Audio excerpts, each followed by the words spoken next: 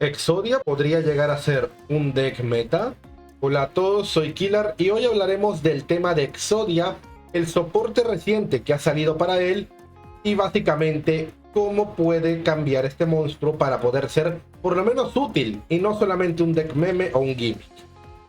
Muy bien, hablaremos del soporte y de las cartas Exodia, las cuales algunas son buenas, otras son malas, otras simplemente son horribles.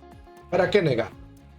Pero bueno, una vez dicho esto, no olviden suscribirse, a activar la campanita de notificaciones, seguirme en mis redes sociales y unirse al servidor de Discord, porque probablemente en algún momento hagamos alguno que otro evento. Pero antes hablemos del patrocinador del video, Untaped.gg, una aplicación que te ayudará a tener todo tu deck disponible, todo organizado y listo para saber las diferentes estrategias que podrías utilizar, ya sean las cartas desde tu deck, cementerio o extra deck, de forma que tienes todo organizado y sabes bien dónde está cada cosa.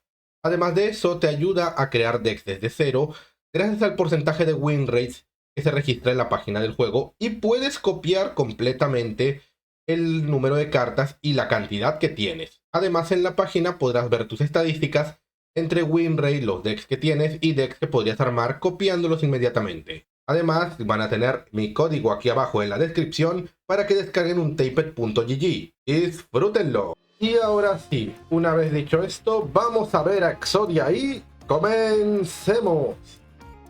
Ok, Exodia es una carta que nos acompaña desde el propio inicio de Yu-Gi-Oh! Es tan icónica que fue utilizada en el primer duelo de todos, usado en manos de Yugi contra Seto Kaiba.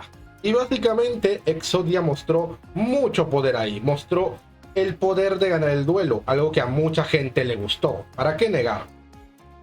Pero hay un problema. Si lo trasladamos al juego real, Exodia es horriblemente lento. Pero de verdad, es asquerosamente lento por sí solo, por lo que muchos jugadores simplemente buscaban formas de sacarlo en el primer turno. Sí, hablamos de los Turbo Robo Exodia, en la cual el oponente, o tú mismo, usaba un montón de cartas que aceleraban el robo que no llevaban a ningún lado, simplemente a vaciar tu baraja. Cartas como la librería de hechizos, que es un monstruo que ganaba contadores mágicos, cartas como Robo del Destino, como Un Día de Paz, la carta de campo que te permitía pagar vida robando, etc. Muchas cosas. Pero aún así no funcionaba. Había cartas que literalmente te quitaban el juego. Especialmente el infame Drollland Lockbird. Los jugadores de Exodia lo odiaban. Y más allá de eso, pues era muy fácil de parar en algún momento. Y si ibas segundo, no tenías opción. Konami intentó sacarle unas que otras cartas, algunas más icónicas que otras. Tenemos el soporte de Exodia Necros y un pacto con el prohibido que, no vamos a engañarnos, es horriblemente mala. Exodia Necros no merecía la pena y Contrato con Exodia era una carta muy circunstancial. En la época de GX sacaron Exodius, un personaje interesante, una carta interesante para hacer jugadas que ganaba ataque por cada pieza de Exodia en el cementerio y podía ganar el duelo, pero seguía sin ser suficiente. Ya los decks estaban siendo más y más rápidos y una estrategia como esta pues no servía. Con el tiempo fueron sacando otras cartas, por ejemplo Exodia, el defensor legendario.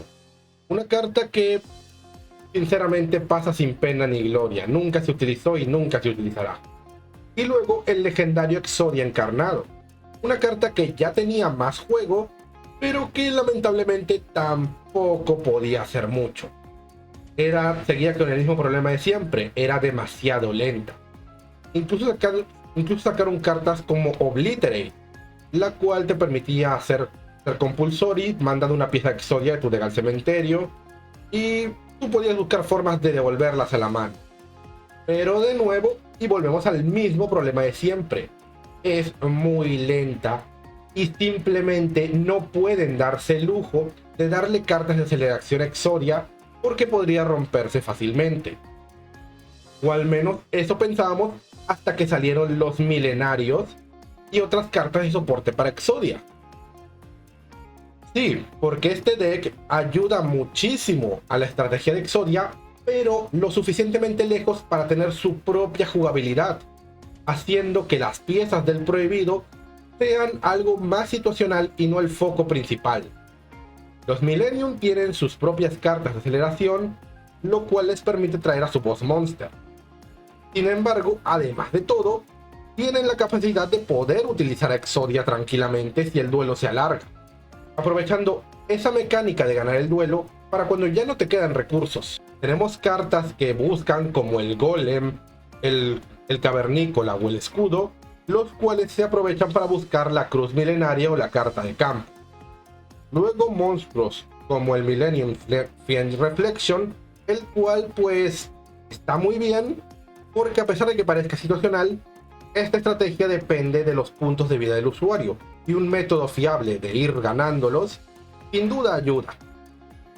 La Maiden pues no es tan buena, simplemente no es tan buena, aunque puede proteger una que otras cartas, pero nada más. Sin embargo, la magia de este arquetipo está en sus cartas de magia y trampa y en su boss monster. La Cruz Milenaria te permite invocar al boss monster tranquilamente y luego ir mandando piezas de una u otra forma. Lo mismo con el Templo, el cual va trayendo cosas para Exodia y va colocando milenarios en tu zona de magias y trampas sin ningún problema, para así ir jugando más y más.